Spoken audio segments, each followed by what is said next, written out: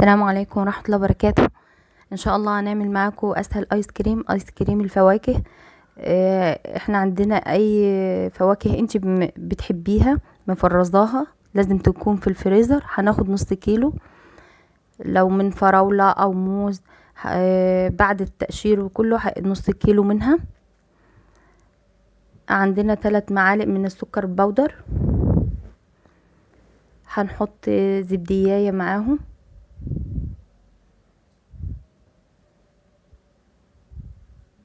لازم الفواكه عندنا تكون مجمدة، يعني تكون في الفريزر عشان تدينا سمك. عندنا هنا ربع كوباية لبن، معلقتين من الكريم شانتيه،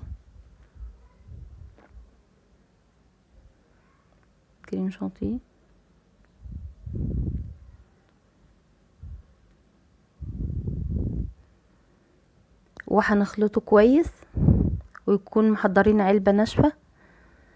ده سمكه بعد ما اتخلط هيقعد في الفريزر بقى فترة 4 ساعات ولا حاجة. هيكون التماسك خالص. هنا نازل سمكه اصلا، يعني مش محتاج الا يقعد فترة مش طويلة في الفريزر. كذلك بقى عندك عملنا هنا المانجا وعملنا الفراولة بنفس الشكل ده بنفس الطريقة دي. اسهل ايس كريم ان شاء الله يعجبكم، وتقولوا لي تعليقاتكم، وما تنسوش تشيروا.